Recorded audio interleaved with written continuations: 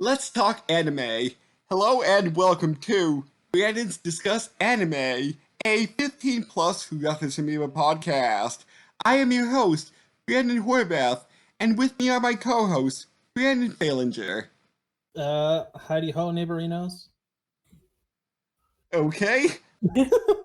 I expected you to do a line from this anime, but I guess not. Also with us, Ryan Stokely.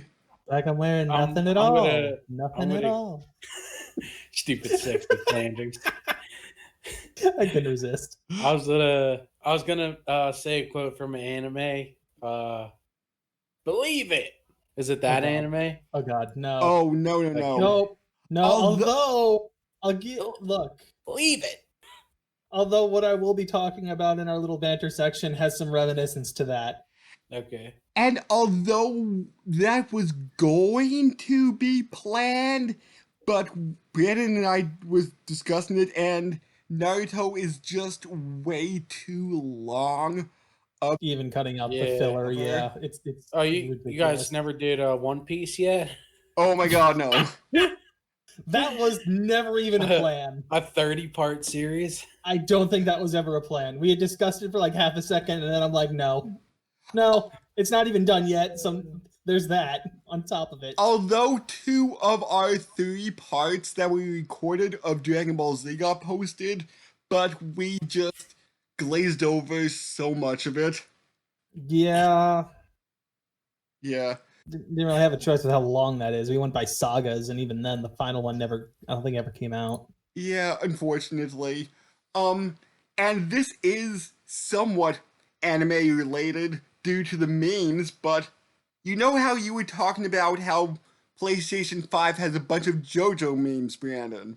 Among others, yes. Well, the new Kamen Rider's name was announced. Kamen Rider Saber. And the Fate Stay Night memes are plentiful. This makes me so happy.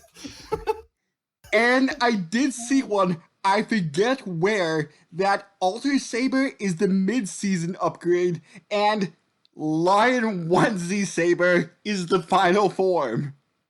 Hey, look, man. I'll take Lion Onesie Saber. It's hilarious. Be the saber in its natural habitat. And so adorable. It's true. So I'd be interested come September what kind of show it will be, and hopefully later this month, early July, we can have some armor reveals. See more Eastern style themed. All right. Any news from your end? So on my end, there are 2 things I wanted to bring up. Maybe a little bit of a third, but for the most part, just the 2. One touchstone. The new Nether update came out for Minecraft, and I've been diving into that, which is extremely interesting. I've only just touched the Nether as far as like what I found so far, and it's definitely completely different. It's very interesting. They've all got diverse biomes now rather than just being one singular one, with new generated structures in there like fortresses and stuff. Or not a fortress. Fortresses already existed. Bastion, I think, is what the new one is called.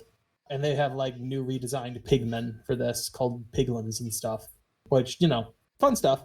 The second thing I wanted to bring up, and because this kind of pertains to us, I finished Dorohedoro. I read the manga. I'm done with the manga. Holy shit.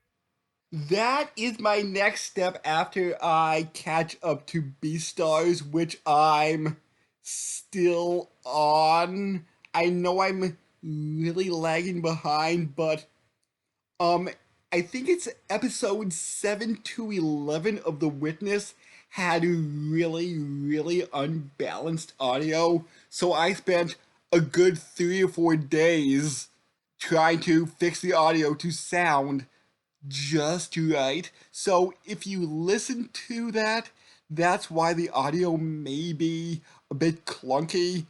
I think Stream 3 that you sent me sounded better, but I didn't have a chance to edit that quite yet, so I'm not too sure how good it will be, but it sounds far better than our second stream.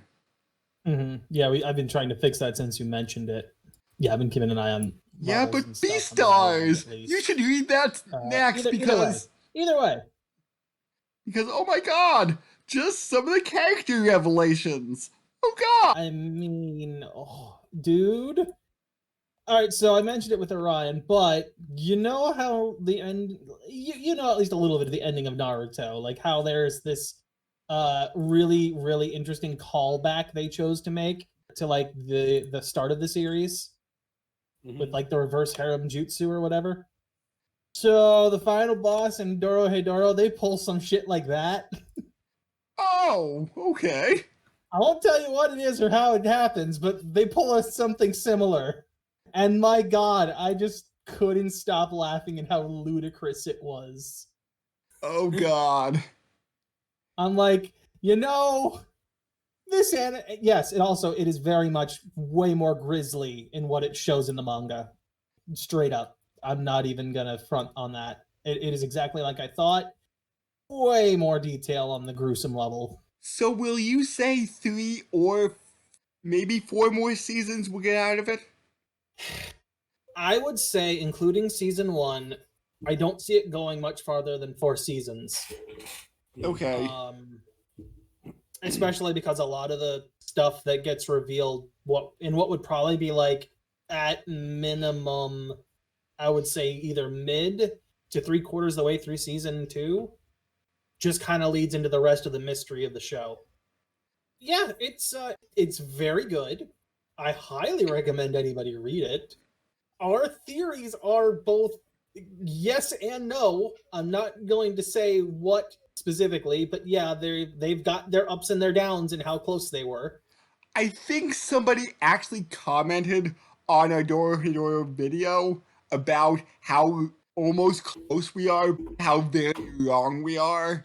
I did look at it, and yes, it was basically like that. It's like, I don't want to spoil shit, but goddamn, you guys are so close and yet so far away, essentially. Whoever said that, thank you for the comment. He is completely right. We are so close and so far away at the same time. Victory? Victory for Zim? The question mark is probably the most accurate part of that sentence. I'm trying to think what was the other thing I wanted to bring up. Right. The last thing I wanted to mention was, yeah, there's a new storyline going on now in Fate Grand Order. We got the new what is it called? Lost Belt, which is Scandinavia. So yeah, that's been rather interesting. I haven't finished it yet. I just got out of the prison we got captured in. So for those who play, you know exactly where I'm at. I'm very curious where this is going because it seems super interesting. The cryptor in here, Ophelia, seems super cool. Yeah, I think that's pretty much all I wanted to mention there. So I think I'm done with that. Ryan, anything on your end? I've pretty much just been playing this game on Steam called Super Animal Royale. Okay. Sounds And wacky. It's pretty cool. It's free to play, and if you buy it, it's like $12. But if you buy it, it just lets you use the like the stuff you unlock, just the cosmetic stuff. Mm-hmm. But it's all like real goofy. There's like I think like 100 animals, 128 animals. You unlock skins, you level up, you get DNA every match randomly. Okay. Depends like what level you are, and then you get that, and then you can unlock that animal. You can use it for a skin, basically. But it's like pretty much a dead game. It's been out for 3 years, And nobody's and playing it right now. Huh? it's yeah, like there's people like in the morning, probably like 10 and 12 out of the 64 are people, and the rest are bots. But like prime time is like now, where there's like there's 64 people playing. Like one other person. Yeah. Just being like, "Hi, I'm Paul." Yeah, so it's pretty fun. Just been playing that. I was gonna watch Rurouni Kenshin because I saw it was on Hulu, Mm-hmm. but I guess they redubbed it Ooh. Okay. and they say characters' names different, Mm-hmm.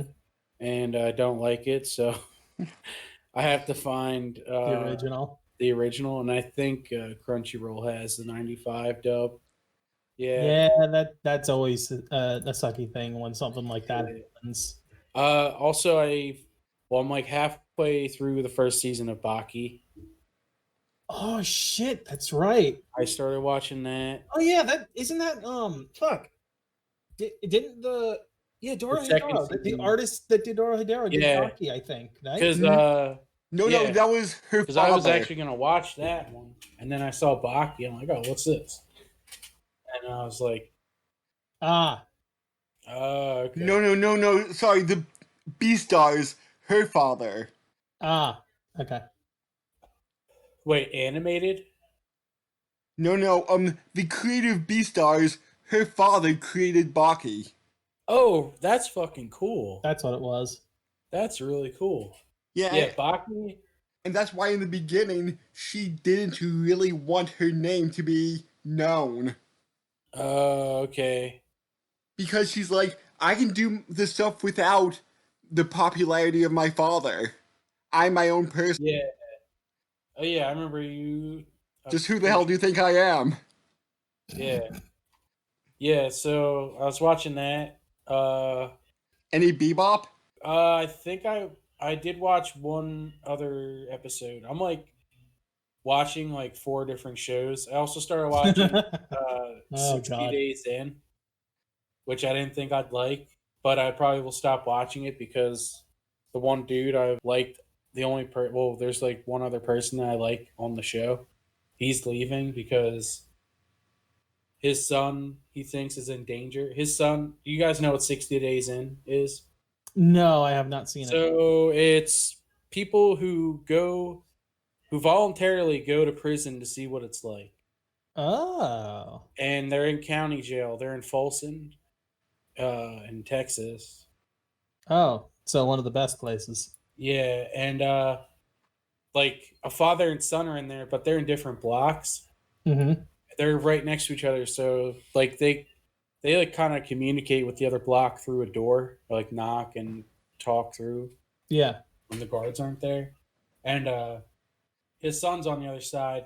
The 2 blocks have like bloods in them, and the dad is like worried that his son, I guess he pissed off like the leader, Mm-hmm. and they know his son is in the other block with like the other members of the gang, I guess, Mm-hmm. and he's just like gonna leave because he thinks he's putting his son in danger.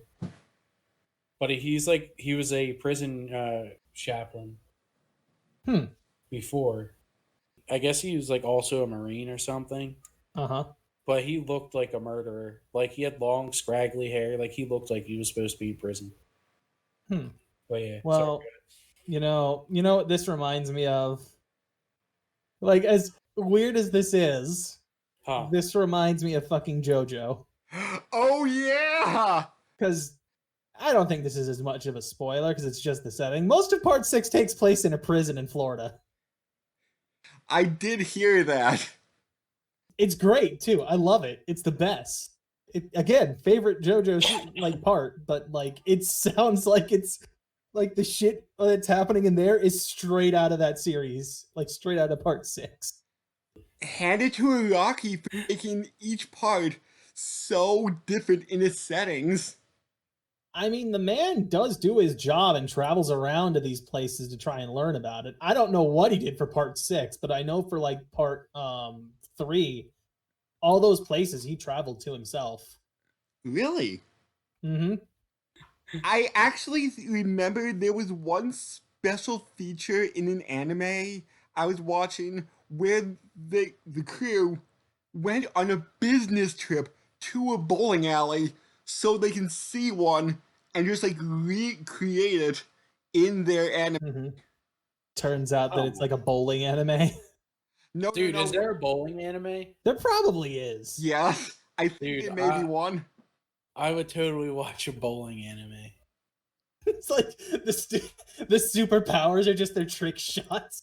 Yeah, they're just like, oh, I've never seen that style of bowling before. The ricochets off the button. The one anime I want to cover down the line has a bowling episode. I just remembered. Oh shit! Perfect. Oh my god. We really need to do that one down the line. It may not be as good since the jokes are kind of dated at this point, being 20 years old, but hey, we'll still watch it regardless. Okay, Ryan. Now, I can't wait to hear this title.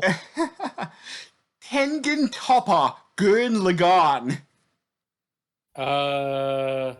Also called Gurren Lagann, but Tengen Toppa is part of its actual full title.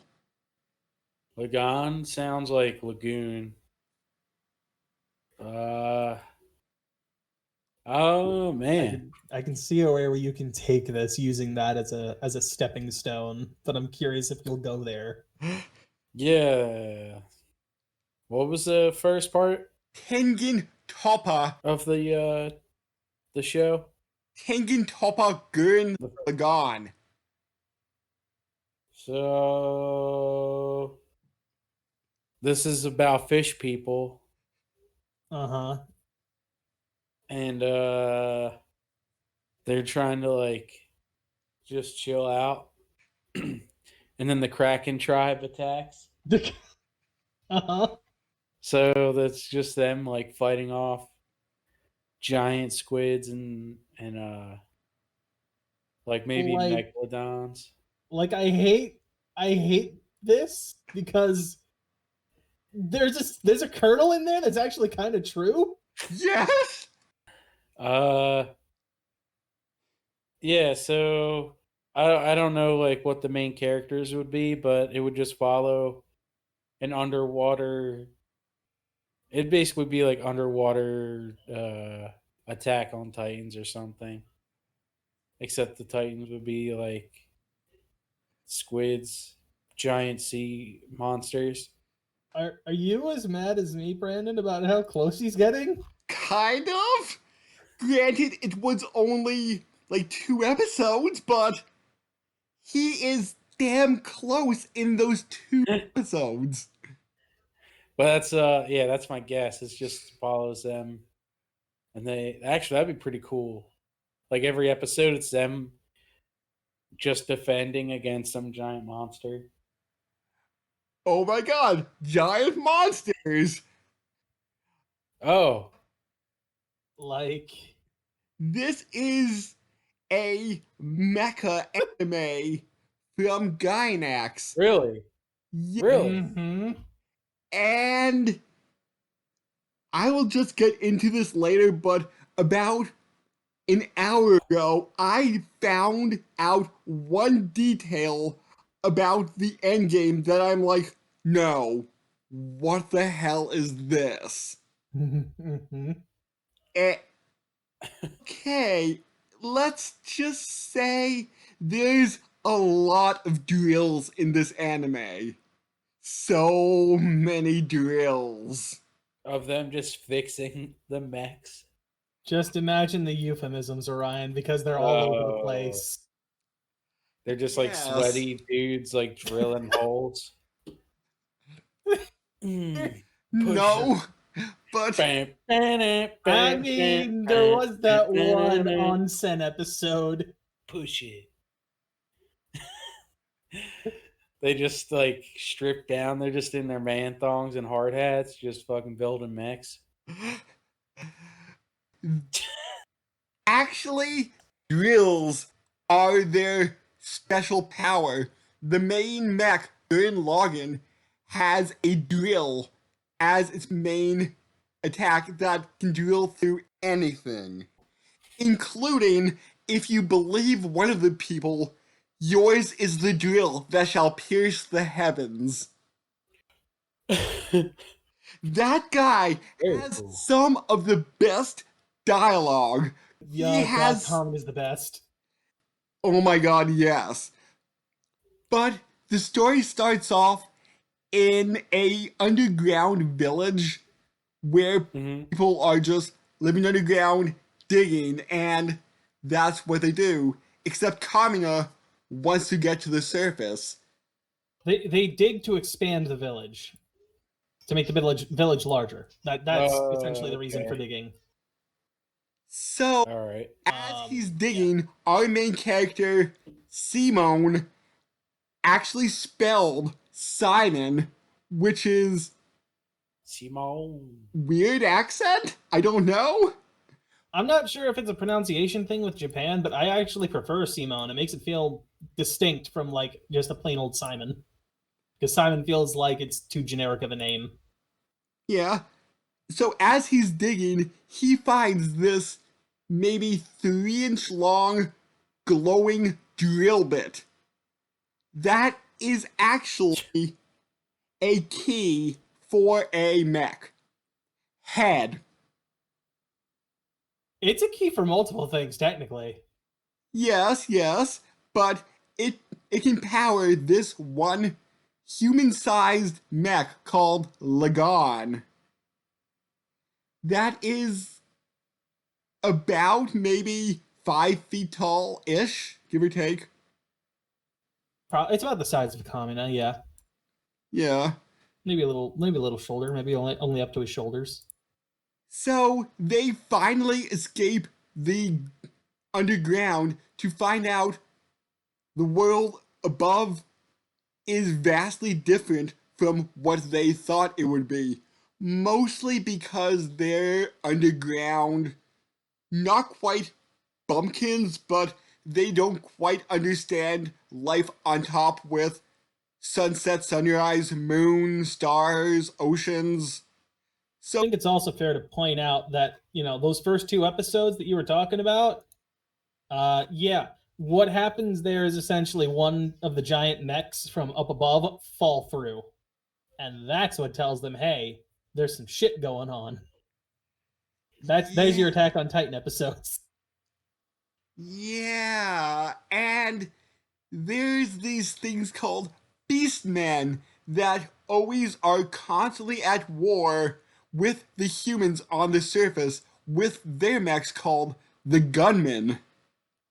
So Lagann fights off some of the gunmen and they combine 3 of the gunmen mechs into a different mech named Gurren.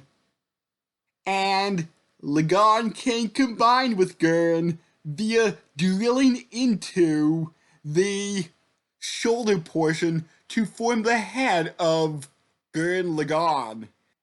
So let me also point this out quick. The designs of the Beastmen are essentially your face with arms and legs attached to it. So that's what they look like normally. It's a face with arms like where the ears would be, and then legs where your neck would be. And these are the gunmen, not the beastmen, Brandon. That's what I mean, the gunmen. And these beastmen are pretty much humanoid, except for some animal characteristics to them. Like there's one villain who has a scorpion tail, some other person has wings.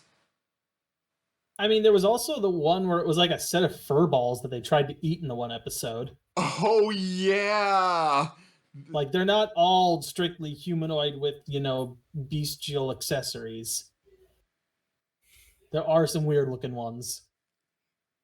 And we have a female protagonist, Wait, Yoko, who is 14 and incredibly large chested. Hey, look, 14 puberty hits around then, Shit Although happens. I was reading a little bit, she may not necessarily be 14 because each village has its own calendar, so she may be a little bit older than that. Ah. That's according to one of like the art books or something like that. Mm-hmm. So, although she's labeled as 14, she could be 17, 18-ish. Mm-hmm. You know, it makes Was better for when you're ogling her. It makes you feel better about it. She might not be 14. because Kamina is maybe around 19-ish. Comedy definitely seems older. Mm-hmm. Like he feels like he would be at the minimum 16, no older. Or no younger, I should say. He's also very much the guy that talks about manliness. Oh, and I also forgot to Hmm. mention the mascot of this series, Buta, the pig mole. Oh, the best character. Yes, who loves to hide in Yoko's cleavage. Wait, what? Yes, What hides in our cleavage? Buta, the pig mole. Okay, a mole. Yes, so it's this maybe like 6-inch tall, 8-inch tall mole that always hides in her cleavage. It also looks like he's got a pair of shades on all the time. That's Awesome sick. shades, by the way. Mm-hmm. Yeah. Like Ozzy Osbourne level shades. Oh, nice. Just the little circular discs. Yeah. A lot of people have awesome shades in this anime. Mm-hmm. Oh my god. So, where do you want to go from here, Brandon? Let me add this to Yoko's little description because Yoko I find to be interesting. Some people might say, "Oh man, it's just the fan service." I disagree on that because yes, it's fan servicey. However, Yoko's character, it feels along the lines of she doesn't even realize she's being sexual, and when she personally tries to be during like the one beach episode we get, she fails miserably. Oh yeah, because her bikini covers up more than her actual normal outfit. Mm-hmm. I think that has to be one of the most funny scenes in the entire series. Yep. Here's the thing, if it wasn't for that little detail on the fact that Yoko is not doing it on purpose, then yes, I would completely agree this character is just solidified for no reason. She doesn't even realize she's doing it, and that's what I think makes her a way better character. It's just the way she does things.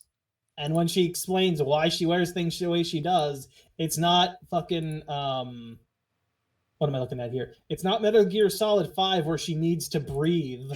It's because she wants the like full range of movement because she's almost never in the mechs. She's the one firing a sniper rifle that actually does damage to these Oh, mechs. that's sick. So, And she'll grappling hook her way around trying to fire at it. Like some Like super powered sniper rifle. Mm-hmm. So, you guys ever play Titanfall? I have not. I feel like it's like that. I've seen it, although now that I'm thinking about it, there was Lost Planet. That series. Oh, that game was so good. I loved Lost Planet too. But that one I would say is way closer to what this does because that thing was like, oh, grappling hook up to it, cool. Yeah. Fire at its face, yeah. And you can get any of those games because it's the Steam Summer Sale, which I forgot to mention during the banter in the beginning. Oh, Ha! So did I. yeah, I wanted same. to ask if you picked anything up. I have not, but I have like 40,000 of those points because I spent like $400. Oh my god. Quarantine. Yeah, Well, it's quarantine. getting a few games, but and that's for a different episode. Yeah. Yes. But yes, so I wanted to ask, do each characters like have their own specific mech? Yes. Okay. except And they're all for like out Simone and Kamina, which combined into Gurren Lagann with Yes. They fine. The only other person that doesn't is Yoko, since she's sniper rifle. And there's a couple of other characters that don't, but they're also not fighters.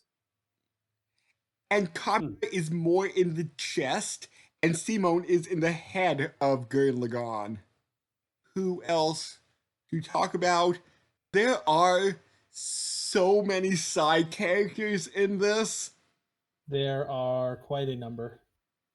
I'm just looking on the TV tropes, and I can easily spin by at least 12 to 14 side characters, about 5 or 6 villains, and about 6 main characters. So there's over 24 reoccurring characters in this series. Damn. There is a Beastman named Viral. He's bird-based, right? I thought he was like some kind of bear. Because the only real thing he had was like furry claws. Oh, I thought he had like neck plumage, but that could have been just his outfit. I think that was his outfit. Hmm. That was the coat, I think.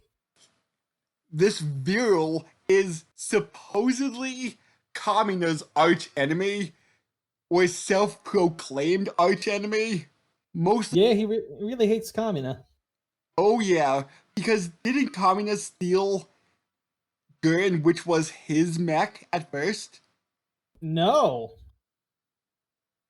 Gurren was a random person's mech. He just grabbed that one. It was like the episode after he got Gurren that he ran into Viral. Oh, that's right, that's right. No. He stole Viral's helmet. Yes. And put it on top of Lagann as a helmet. That is right. Yeah, he stole the helmet off of Viral's mech. Like, he punched it off or something like that, grabbed it out of the air, and just slapped it on top of Lagann. Which somehow made it change from white to red. Did it do that in that episode, or did they paint it between episodes? You know, even though I saw this a week ago, I half forget. I'm not sure. I assumed they had painted it between episodes, but for all I know, some stupid bullshit happened and it changed color. Because this series loves to just say fuck any kind of logic. Hey, it's Gynax. What do you expect? Granted, this doesn't have a typical Gynax ending. To use the trope, the ending makes sense for once. Somewhat. There's arguments to be made, but go on. When we get to it, there is one point in the second to last episode that I actually shouted, "What the hell just happened?" Did the drill pierce the heavens? Was that it? No, we'll get to it. All right, sure. So the first few episodes are about them meeting up with some other humans and befriending them, like Keaton and his 3 sisters. Turn out to be more secondary than titular characters down the line. Yeah, I would say that's close to second tier protagonist as you can get. Yep, because honestly, you know what? I don't want to say anything about that quite yet. But needless to say, he very much feels like Kamina 2.0. Oh my god. Like he's kind of got the same bravado going on, but he's not as larger than life feeling as Kamina is. Because oh my god, Kamina is so overflowing with manliness and charisma. He's like Dio, but good and not insane. Well, not completely insane.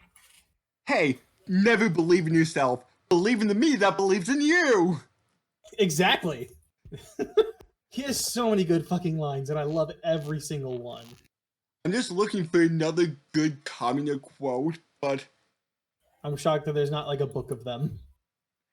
Yeah, I can't think of any off the top of my head, but oh my god, he is Mr. Catchphrase. There's a reason he's like the leader of this group. Like he has got that charisma going. And he's the one to band everybody together into Team Gurren, which will take down the Beastmen and reclaim the surface for humanity. Until episode 8, when they go to take down one of the big old mechs that they got that's essentially just like A battleship with a mech shoved in the back of it? Yes, That's awesome. So it looks like it's a giant penis. because there's this guy called the Spiral King. Leader of the Beastmen. Yes, he wants Weird. to keep humanity underground. So yeah, most of humanity has lived underground for generations, and nobody really lives on the surface because the Beastmen all kill them.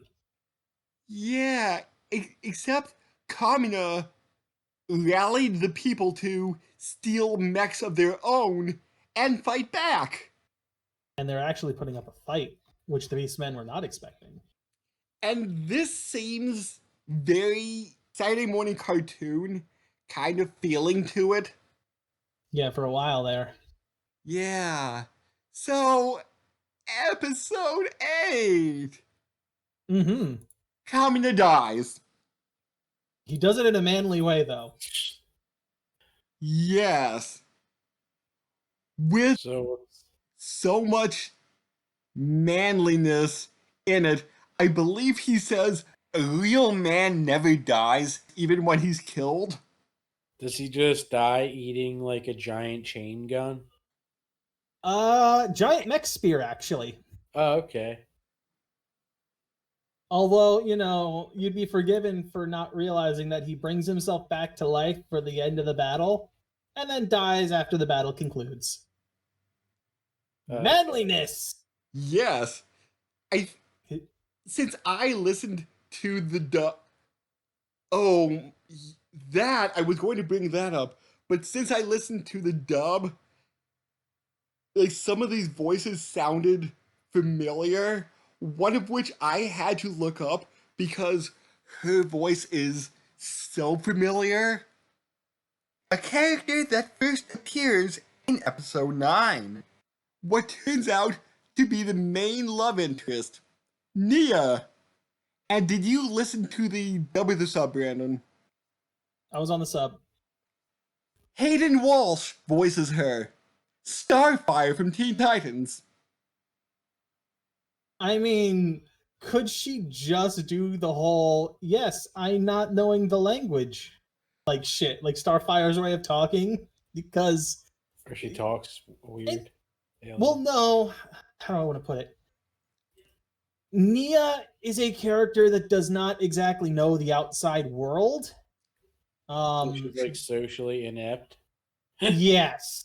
Like Okay. the second episode, I should say, that she's there, she's like having to literally ask everybody the definition of the words they're using. And she doesn't even know she's human since she spent all her life around beastmen. No, actually, I don't even know if she knew the Beastmen. No, she would have. That's right, because she recognized the one general that shows up. But no, she says the only other person at one point that she ever knew was her father, the Spiral King.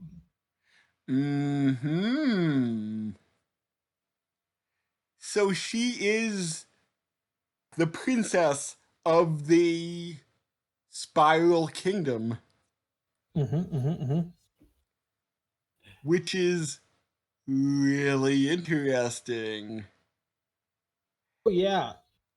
And this is after Simone feels like a piece of shit because he feels like he let his brother die. Oh, by the way, that's something I wanted to ask you. Between all of like the Kyodai and One-chan, or One, no, what else was there? Oni-chan or whatever else Simone called him. Did it not feel like we were watching a Yakuza game again? Again, I listened to the dub, so it yeah. It was there was a lot of there was a lot of terminology that sounded very much out of Yakuza. Just because of that terminology, I'm just like, this feels like Yakuza. They called each other bro a lot. Yes, that's the translation. Aniki, that's the term. It was Kyodai for blood brother and Aniki for bro. There was a lot of that going on. And it felt so much like it would have been out of Yakuza, just because they use that all the time between Nishiki and Kiryu. The Ocean episode was kind of funny since they made a fourth wall break of pixelation. Oh god, where's Deadpool when you need him? Oh, because the girls were supposedly naked and they had pixelation. Oh, if you want to see what's behind there, come out and surrender. And the one guy jumps out of his mech, runs up to find the pixelation is still there. And removed, everybody's in swimsuits. This show is ridiculous. Oh yes. Also, we get like to see the prototype version of Kill la Kill in this, which is Gainax's anime afterward, I believe. I believe Gainax split up before Kill la Kill and Studio Trigger made Kill la Kill. Well, I know where they got their inspiration from, because the one mech looks like it's straight from Kill la Kill. And I did look up some Kill la Kill mechs, and yes, I do know what you're getting at. It looks very similar in design. Like, suspiciously so. So the Spiral King has 4 Beastman generals that go after Team Gurren. Or now that Kamina died, it's Team Gurren, since they have a lot more friends backing them up now. Well, that, and they stole the Gunzen, which was that giant ship mech. Both with legs. Yeah. That also apparently can't float on water, and they had to modify it to do that? Which is weird? Yeah. Literally, they fix it by giving it fucking, what was it? They give it like oar paddles and like flippers. That's how it that's how it goes across the water. Oh, and something that you should do that I was half shocked about that he could pull off this voice, but Steve Bloom is Leon. Oh god.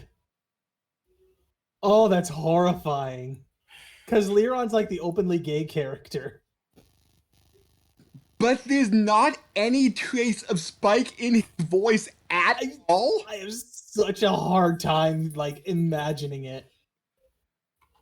But you should just look it up because it sounds nothing like I would expect Steve Bloom's voice to go. I mean, he is one of those guys that tends to be typecast by that one voice he can play really well. You know, for like in Big O and shit. Like that voice has gotten him so much shit, and it sucks that he's stuck with it. Because now that's almost the only thing anyone ever wants him to play. So him getting a chance to like break out into something completely different is awesome. Yes, but even though he's so over the top gay, Leon is a badass. Oh yeah, he's constantly threatening to do like gay shit to like people that aren't doing things that they should be. Like he threatened Simone at some points. We should also mention the one episode where they pick up what's his face? The priest kid, kind of. Yeah. I can't think of his name off the top of my head. Roshu. Roshu, that's right. Unless they said it differently in the dub. Like Roshu, I think. They called him Roshu in the sub. ROS. I think there's a second S in there. SHU. The TV tropes has it ROSSIU. Okay. Yeah, it was spelled. It was spelled differently in the subs then, but it sounded like an SH. Either way, we get him with his giant forehead, and I mean, if you wanted to mock Sakura from Naruto for a giant forehead, you better fucking make fun of him, because my god, is his forehead massive. He may fit in well in Code Lyoko. Yeah, the giant forehead. And he comes from an underground village where gunmen are worshipped as gods. One specific gunman, and they just assumed that the other ones that dropped down later were also gods. They were sealed in still. They only had that one gunman that was sitting there that looked like a Maui head, which the priest apparently piloted. So here's another little thing we learned. The village they were in sent people to the surface to keep their population below 100, I believe it was. No, 50. below 50. It was 50. So they were essentially sacrificing people to stay below a certain population number, because otherwise the rest of the people would not have enough food to go around. So, the plan was draw straws, and then, whoever lost goes up to the surface and dies to, the gunman / beastman, whatever you want to call them. And 2 young children drew the short straw and got sent up to the surface. Yeah, they're like 6 and 7 or something like that. Like, they're super young. Yeah. So Rossi thought, they can't go up by themselves. I'm going to go up and keep them surviving. This is all after he's had a whole revelation of, fuck these teachings, they're wrong. So Ryan, any thoughts yet? Not really. It sounds pretty good. Sounds like something I'd watch. Is it on Crunchyroll? It's on Netflix. I know that much. That's where I watched it. I went to my typical go-go anime. Okay. So they eventually get to the Spiral King, who doesn't put up much of a fight, really, in the long run of things. Mm-hmm. But he does have a prophecy that when 1 million humans come up to the surface, or like the population of a million humans gets reached, the moon, what is it, like the moon will crash into the earth? The moon will be like spawn an enemy or something like that was the terms, I think. So yeah, the 7-year time jump. Yep. In between in one season? Yep. Yes! Okay. Between like episode 15? 15 and 17, because how many episodes? Is a clip show. 27. 27, okay. Huh. Yeah. I heard they wanted to push it a little bit longer, but they would have bankrupted Gainax if they pushed it past 27 episodes. There's Gainax having budget problems again. Very nice. Which I think may have happened. I know it definitely happened in Evangelion. I think something along the lines may have happened during Fooly Cooly too. I'm not sure. And speaking about Evangelion, don't you think the twins, Demi and Dari, their mechs looked rather Eva-like? Maybe a little bit. I didn't really notice it though right away or anything. Well, they seemed more Eva-like than the typical gunman. Mm-hmm. Well, I mean, they were designed after the humanoid appearance of Gurren Lagann. Mm-hmm. Even though Gurren Lagann is basically a head on top of another head. I mean, let's be fair, all right? It looks like something you'd see at a Sentai. Like, if you erased that, like, face on the front of the chest, it looks like it could be a Sentai mech. Oh, and I think we forgot to mention, these mechs kind of talk. Yeah, the mouths on the mechs mimic the mouths on the humans talking, yes. That's pretty cool. Which comes from some hilarious scenes sometimes. Uh-huh.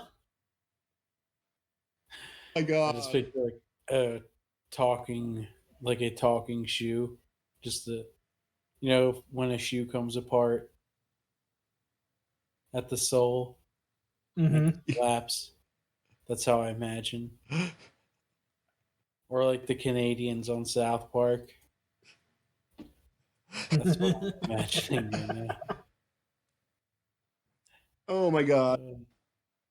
Oh, and we find out right as Simone and Nia get engaged, Nia really isn't human. She is a messenger for the anti-spirals. Oh, we should also mention that humans all have the ability to use something called spiral energy, which, from my understanding of it, is the basis for like evolution, as well as just like a power source in general. So take your classic Dragon Ball Z key and add that into this, because it's kind of essentially the same idea. So the reason that the mechs, the gunmen get powered is through spiral energy. And I'm guessing why there's a drill motif so heavily in here. Yep. Yeah, that's one part I kind of didn't like between the time jump. It loses a lot of its comedic value in the second half, that it doesn't feel like the same show anymore. Yes, because Kamina was one of the best uh, comedy relief characters, and with him gone, it does feel like an empty space. Like even later, like after he is gone, like even before the time skip, it feels that way. Yeah, but I felt it more in 17 through 27. Mm-hmm. Since there's like inner struggles within the government, since almost all the main characters have some government role now in the New Earth city of Okamina City. It's Communist City. It's named after the most manly man ever to walk the earth. So they need to save Nia and defeat the anti-spiral before 3 weeks pass before the moon crashes into the earth. Yeah, because they get an alert that the population has reached 1 million on the surface. The oh, I forget whose baby it is, but it's one of Kitan's sisters. yeah, I forget which one.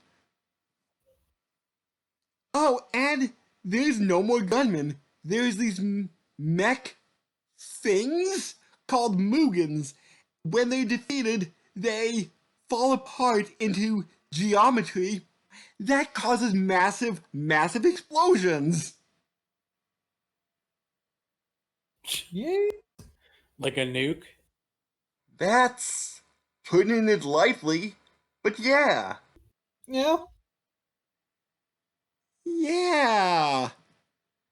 So they realize that, hey, Gurren Lagann, combined with, what was that, the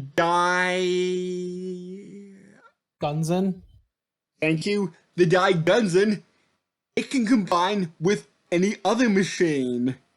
So they build this kind of ship called the Arglagorm? Something? Don't remember. I think it was something like the lines of the Arglagorm, so they could. That they didn't actually build that. That was something that apparently the Spiral King, Lord Genome, had left behind. It was something they didn't even realize they had until they looked underneath, because they built it on top of his tower. Like, they built Common City around his tower. Apparently it was beneath the tower. Something he had planned for.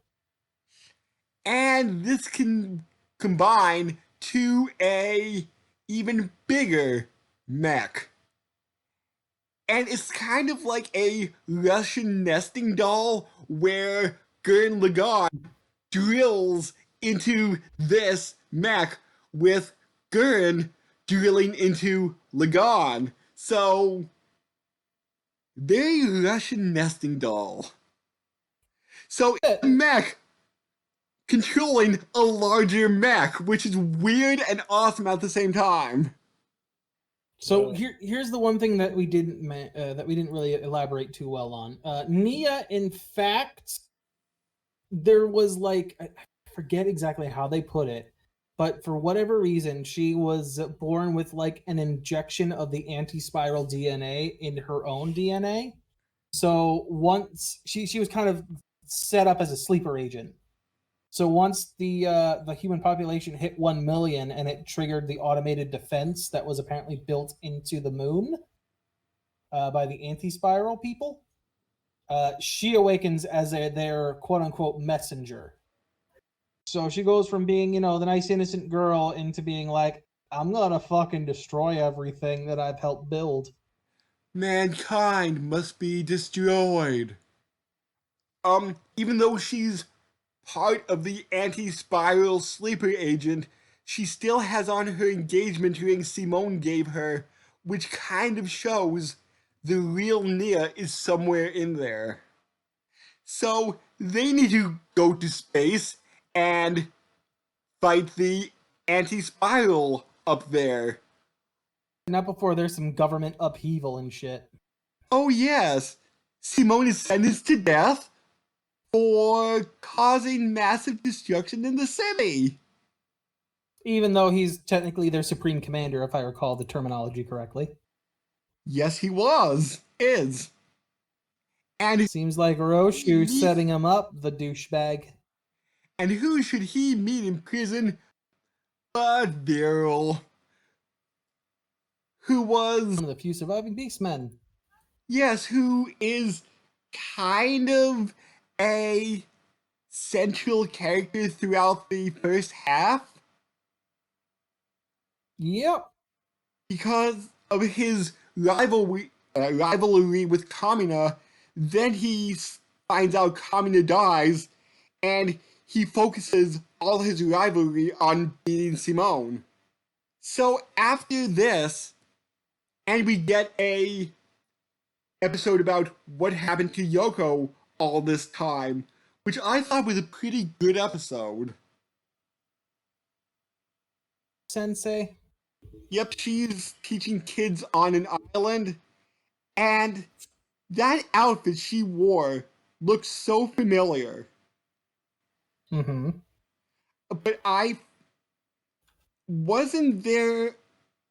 Crap, what was that anime about, like, the super-powered librarian? Don't know. Now it's getting to me. Librarian Read or Die. Don't know it. Okay, sounds familiar.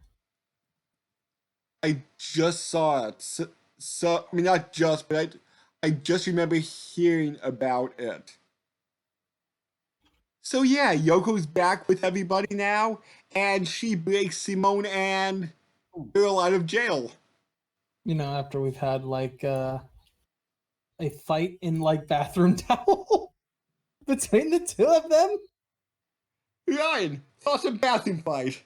Wait, what'd you say? What's your thought on people fighting in a prison bathroom? I think it's all right. It happens, I guess. I mean, definitely, if you go in a prison bathroom, you definitely should watch your back at all times. I did like that one beastman that kept getting into the fray and being constantly thrown through the wall. He's getting very annoyed. That same guy was thrown through the wall like 3 times. I think that's exactly how many. Oh my god. Because they're just like, get the fuck out of our way. And then they get thrown into solitary confinement because they were supposedly beating up on that poor innocent bird beast man. Oh my god, yeah. See, there's some comedy there yet. So after this, Viral kind of takes a side for the good than the bad. He's more of an anti-villain, I would say. At this point, yeah. Yeah. So they go into space, and Mhm. shit gets weird from this point forward. Nah. Gurren Lagann, weird? Yeah. During the last few episodes, I'm like, end of Evangelion. This is Some vibes there. giant naked glowing woman in space? Yeah. Yep. Oh my god. So they meet up with the anti-spiral, who is this black aura of a person? Something like that? Not really anything? It's hard to say. I honestly don't know. It's like the vaguest non-corporeal version of a humanoid figure. Yeah. Who makes gravity into an ocean and is going to crush everybody aboard the spaceship. Except the humans have spiral power on their side. So Lagann combines with the spaceship and becomes Super Galaxy Gurren Lagann, which has drills everywhere. And a Just a badass pair of planet of shades. drills. They just go to a planet with drills everywhere. No, No. it's the mech itself. A giant mech. Oh, and I think we've got to leave out the moon. It's not the moon, it's the mech.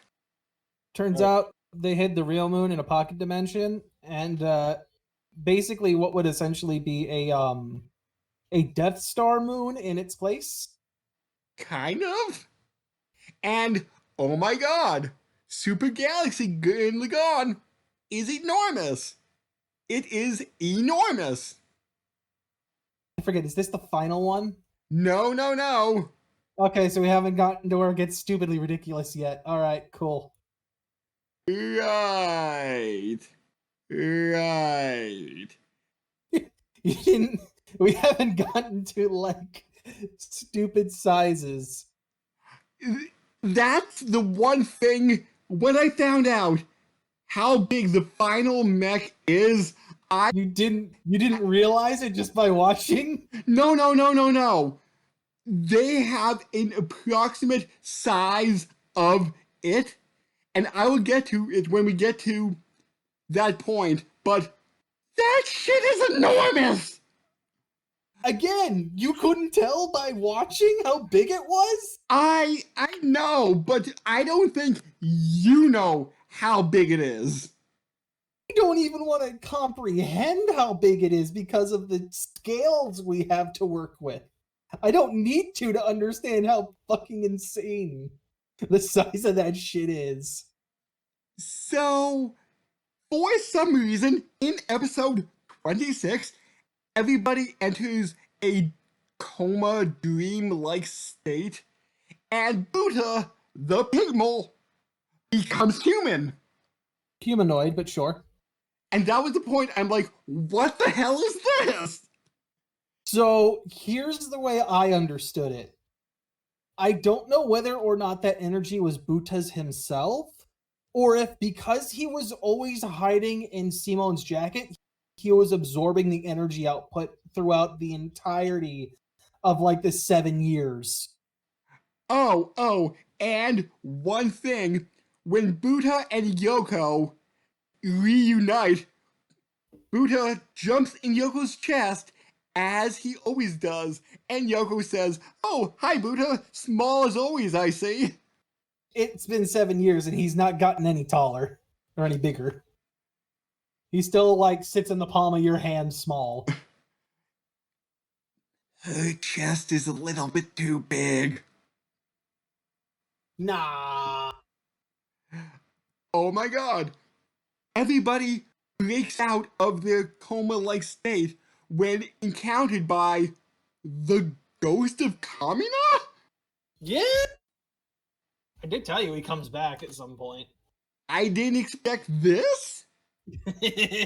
And they all combine their human will, their own personal spiral power to become Toppa Gurren Lagann, the titular mech of this series. Let's also... So here, look, Ryan, this is why I don't need any kind of, like, actual measurement. Because that mech is literally throwing galaxies. It's that big. Holy shit. Thing is stated, even in some of the books, it says that it is 10 to the 25 of Gurren Lagann's height.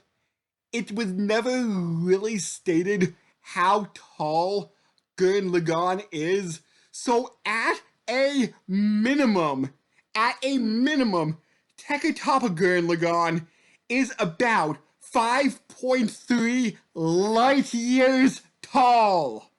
I don't need measurements, dude. It's throwing galaxies. 5.3 light years tall. Dude. How? That doesn't even make... You can't. Dude.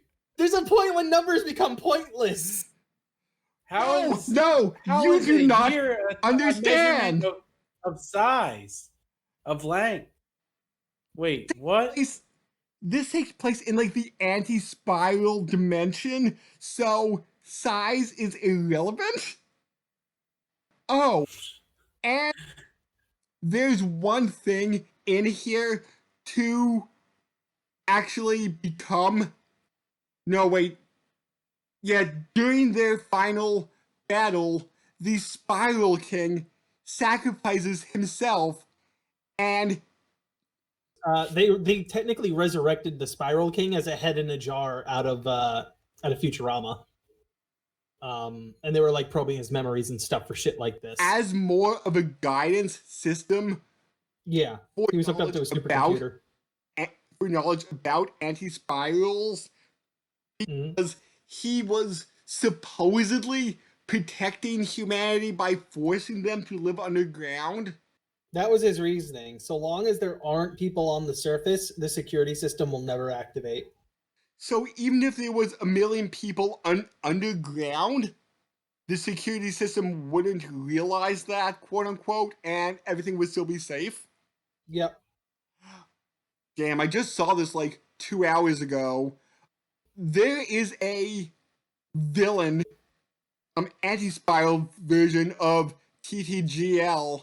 I forget what that name is, but it combined two galaxies with the force of a Big Bang and shot it at our titular mecha, to which the Spiral King, Lord Genome, breaks out, and I think he like makes a crap ton of spiral energy and gives it to Toppa to use as a final attack. Right? Yes, I believe the plan was absorb the energy and transition the anti-spiral energy into spiral energy. In the second movie, which then allows our titular final attack. Except in the compilation of the second movie, that's not entirely what happens. Oh boy. We're gonna do a bit of rewriting here. He uses that energy to boost Toppa into Super Toppa. Which... So he has golden hair now, right? No, it is even bigger, which I read may border on 1 trillion light years tall, and looks like a giant glowing Kamina. So it's bullshit. That's stupid. Yeah! Like, now we've hit the really stupid level. Is he naked as well? No, I know what we've hit. We've hit fucking Batman Ninja levels of stupid. But awesome stupid. I don't know about that one. At that point, like, that one gets to be a little over the top, man. Come on. Like, Gino never met Kamina. And what did I see here? The Gigadrill break from TTGL is about a quarter of the size of the observable universe. I'm telling you, man, there's a point when you start tossing galaxies and shit around that your numbers don't matter. They don't mean anything anymore. The villain Toppa just throwing galaxies like shurikens. Yep. Sparrow galaxies are your shurikens now. Although that was dumb, that was kind of cool. I'm not saying it's not cool. It's the point where it turns into a giant glowing Kamina that I start having issues. Alright, your thoughts on throwing galaxies at shurikens? That's honestly the dopest thing that could ever happen. Like, that's all anybody really wants to be able to do. So I'm all for it. I'm sorry, go ahead. Oh, I'm just saying I'm all for it. Yeah. I wouldn't mind having a mech that does that. I'm just a tiny bit disappointed this series is called Tengen Toppa Gurren Lagann, except it doesn't show up until the final episode. You think they just should have called it Gurren Lagann and left out the Tengen Toppa. The Tengen Toppa part? I mean, I think that's what most fans do at this point. They don't tell you the whole title. But I agree. They probably should have just left out the Tengen Toppa part. Yeah. You ever see that that movie Don't Be Menace to the South Central or Drinking Your Juice in the Hood? It's kind of like that. Long title. It's a bit of a mouthful. Yeah. Yeah. But first half is more comedy centered. The second half is more drama centered. Mm-hmm. There's two compilation movies that add, I think, 40-ish minutes of new footage. So if you really want to watch the series and not sit through all 27 episodes, you can watch the two movies. I do feel like you lose a lot of character development though if you go down that route. Although it was a compilation episode, I think episode 16 did a pretty good job of recapping the first 15. This series came out in 2007, is 27 episodes, and had a manga that slightly changes some things, adds just a little bit of supplemental stuff, kind of like hints that Rosyu and one of Keaton's sisters have a thing for each other. I mean, I feel like that was pretty well established as a thing in the anime. Maybe. Like, they didn't outright say it or anything, but it felt pretty obvious to me. And at the very end, they pulled a Samurai Jack. Yeah. Samurai Jack Season 5. Yeah, which you said may have gotten inspiration from this, because this technically came first. Yeah, I feel like it, because it feels pretty fucking close to the same thing. Like, it's the wedding end scene, right? Where the girl disappears at the end of it. There's arguments to be made, because at least when it came to Samurai Jack, after the future that Jack had been living in for the past how many years was erased. I'm blanking on her name. Ashi? Ashi, yes, that was it. Ashi should have essentially, the way it happened, Ashi should have been erased almost immediately. Just because it's like, Aku's future has been erased completely. Why is Ashi still in existence? Ripple And you know, the timeline is my guess. There would have been easier ways to go about this where it's like, parallel universes exist, so that future Jack was in still exists. It's just that now you've changed this version of the past to be on the timeline of the good or whatever.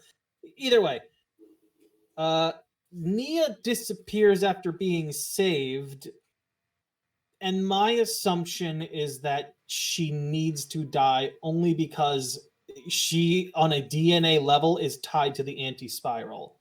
When the anti-spiral is destroyed, that means half her DNA is destroyed. So she literally would not be able to live. Now, there are arguments of like she could do what Lord Genome did, or Simone could help with that, where it's like Lord Genome has been ruling over the planet for like 3,000 years or something like that, using spiral energy to keep himself alive. I think it's actually, yes, Lord Genome is actually one word. Yes, it is. But yes, it's been shown that spiral energy can extend your life by a ridiculous amount if you wish, and you know how to use it. Arguably, Nia may or may not have spiral energy herself. I'm not sure. I could lean either way on that. Whether or not she has the same amount as Simone is probably false. She probably does not. Simone could keep her alive, arguably. I saw some people at one point saying that he could bring her back from the dead, but I don't know how true that is. But yeah, she dies at the end of the wedding. Fades away into nothing, which that part kind of feels strange. Like the way she dies. But I do think that this one, because it's only like a week after the battle, this one makes a bit more sense. In like how long it took. Because when when the Future from Samurai Jack was released, it was like 3 months or something stupid like that. Like there was a good chunk of time. Ripples through the timeline, maybe? You can keep saying that. That doesn't really make sense when it comes down to Gurren Lagann, though, because that was interdimensional. That was happening, as far as I could tell. The idea was that it was happening at the same time. Like the timelines between those two was concurrent. Yeah, but Gurren Lagann, maybe the fact that her human DNA was fighting against this anti-spiral DNA, and eventually the anti-spiral just collapsed. Well, no, that I understand why she dies. Why it took a week is the one part I don't really understand. It's more forgivable than Jack's because it's fucking 3 months versus a week. But I still didn't understand why it wouldn't. I would think, yes, it wouldn't collapse immediately. I wouldn't think it would last a week. I would have thought it would have lasted a couple of days, maybe. And is that a trope? Oh, the love interest dies after they get married. I don't know. It should be. Don't know. It probably is. D A T A, dead at the altar. There you go. Dead after the altar. Crap, I can't. So the final bit of this is after Nia passes, Simone gives to Gimme, one of the 2 children from that village that was sacrificing people, essentially, the drill key to Lagann. And he's like essentially passing the torch on to the next generation. And the next thing we get is like a 20-year time skip for the final like 10 minutes, where we see where most of the characters ended up by the end. We also get to see a nice little shot of the grave sites where Kamina, the members of Team Gurren, or whatever it was by the end of the series, that had sacrificed themselves, and Nia's grave were all in the same spot. And we get Yoko, still a teacher. We get old drifter fucking Simone with a spear and a spiral tip at the top of the, or not a spear, a walking stick with a spiral drill at the top of it, along with Buta, who still isn't, who somehow turned back from a human shape. and is also the same exact size as he was before. I don't understand that. That part I don't get. I don't understand why he went back. Because he technically used his like spiral energy to evolve. I didn't think that was reversible. Like he looked like a more humanized Sonic character when that happened. Yes. Oh my god. Yeah, we get to see that, and the final shot we get is them launching off to meet with the other spiral species that the anti-spiral had shoved underground, essentially, on their own planets. So technically, we still have that whole what was the big threat that the anti-spiral were trying to stop? Because The their philosophy spiral was nemesis. that was it. Yeah, the whole idea was like the spiral energy would get so great in certain areas that it would create a black hole that would rip apart the universe. That's why they ended up going in and being like, no, we need to abandon spiral energy. And other species were like, nah, fuck it, we want to keep going. So they could create a sequel series around that if they would ever want to, based around that spiral nemesis idea. Which would be interesting to say. They could totally do it as a movie at the minimum. Yeah, but it's been Or about we could get 14 years. we could get a prequel movie with Lord Genome. Ooh. That would be interesting. Just seeing what led him to get to the point that he did. Because all we know is that he tried to fight the anti-spiral, lost, and ran with his tail between his legs. We don't know any of like the conditions or the reasoning behind it. So I would love to see a prequel with that. And to get kind of 15 plus here for a moment, but right as he's going off for what will be the last time, Yoko and Kamina kind of kiss, and Kamina says, hey, I'll repay that kiss tenfold. My thought Right before he dies. may be something sexual. And then I thought, oh my god, how manly and catchphrasy and kind of borderline embarrassing will that be? Well, he's got to get a drill first. Because clearly the euphemisms, like, demand that be the case. Now part of me wants to see if there's any Kamina Yoko dojins out there. Of course there are. Why wouldn't there balls be? to the walls insane. Oh, of course there is. Why wouldn't there be? I will read them for research. Of course. Clearly. I think that's it. We've covered as much as we can without losing our minds. Honestly, big chested characters is one of the things that I'm like, I don't like character designs with like enormous breasts. I prefer like smaller, more normal human. Like, I mean, I personally, out of all of them, I think I liked Kitan's youngest sister the best. yeah, the sisters all had good designs. Even though they're only side characters. Oh, and there is one point where Nia, back in Arc 1, or technically Arc 2, but Nia is being held in one of the Beast General's hands, and Yoko fires shots over Nia's shoulder, blasts through her hair, so they bond over haircuts. Which I found to be a bit more of a touching moment, because until then, Yoko kind of hated Nia. A wee bit, but Nia also was not exactly the most social butterfly in the world. So she was accidentally touching on nerves that she didn't realize the, depth of. But all in all, I would give this like 8.5, 9 maybe. Look, man, Do you want your giant mecha jerk off anime? Because that's what this is. This is totally your giant jerk off mecha anime. Or impossibly giant mecha jerk-off anime. Hey, look, man. We wanted to drop Tengen Toppa. We're dropping that first part. So, Orion, your final thoughts on Gurren Lagann? Yeah, it sounds pretty interesting.